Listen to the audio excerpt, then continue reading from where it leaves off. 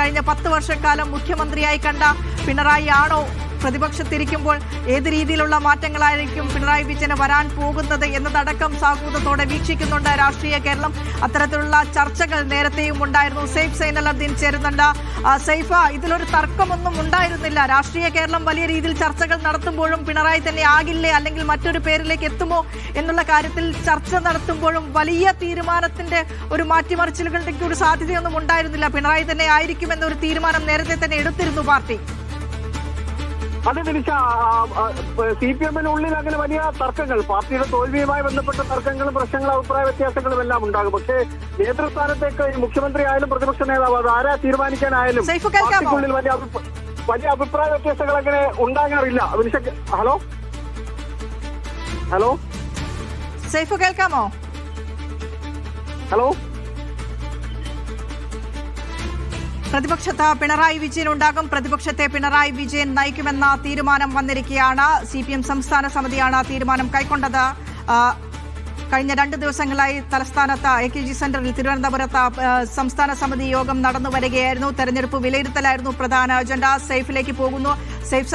സെയ്ഫ്, പിണറായി വിജയൻ തന്നെ ആകുമെന്ന സൂചനകൾ ഉണ്ടായിരുന്നു. അത്തരത്തിലൊരു തീരുമാനം നേരത്തെ തന്നെ PB യോഗത്തിൽ തന്നെ ആ തീരുമാനം എടുത്തിരുന്നു. അതാണ് സംസ്ഥാന സമിതിക്ക് വിട്ടത്. സംസ്ഥാനത്തിൽ നിന്ന് തന്നെ തീരുമാനം വരട്ടെ എന്ന നിലയിലായിരുന്നു PBയുടെ തീരുമാനം. ഇപ്പോൾ സംസ്ഥാന സമിതി യോഗം ഒറ്റക്കെട്ടായി പറഞ്ഞിരിക്കുകയാണോ പിണറായി തന്നെ നയിക്കട്ടെ എന്ന്?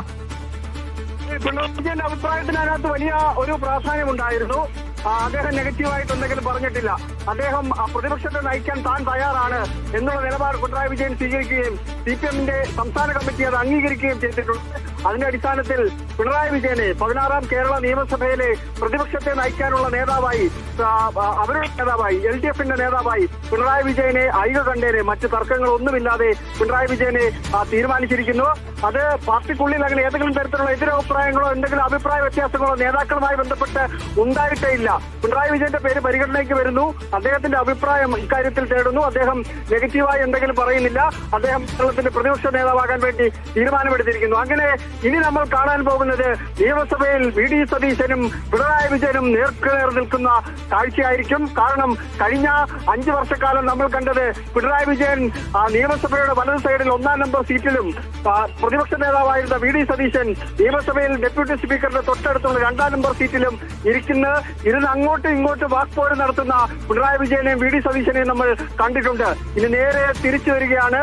VD സതീശൻ 1ാം നമ്പർ കസേരയിലേക്ക് വരുമ്പോൾ അതിന്റെ ഇടത് സൈഡിലായിട്ട് പിണറായി വിജയൻ ഡെപ്യൂട്ടി സ്പീക്കറുടെ ഇപ്പുറത്തെ സീറ്റിൽ പ്രതിപക്ഷ നേതാവായിട്ട് ഉണ്ടാകും. 35 പേരുമായിട്ടാണ് പ്രതിപക്ഷം സഭയിലേക്ക് വരുന്നത്.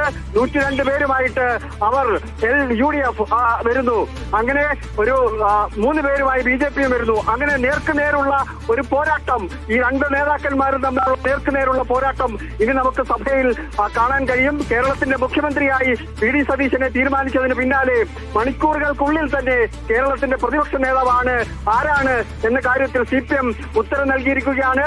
കേരളത്തിന്റെ പ്രതിപക്ഷ നേതാവായി കഴിഞ്ഞ 10 വർഷക്കാലം ഇടതുമുന്നണിയെ നയിച്ച, അതിനു മുമ്പ് പാർട്ടിയെ നയിച്ച, കഴിഞ്ഞ 10 വർഷക്കാലം കേരളത്തിന്റെ ക്യാപ്റ്റനായി അവരുടെ അണികൾ വിലയിരുത്തിയ പിണറായി വിജയൻ അദ്ദേഹം പ്രതിപക്ഷ നേതാവായിട്ട് നിയമസഭയിലേക്ക് വരുന്നു എന്നുള്ളതാണ് ഈ സമയത്തെ പ്രധാനപ്പെട്ട കാര്യം. വിനിഷ.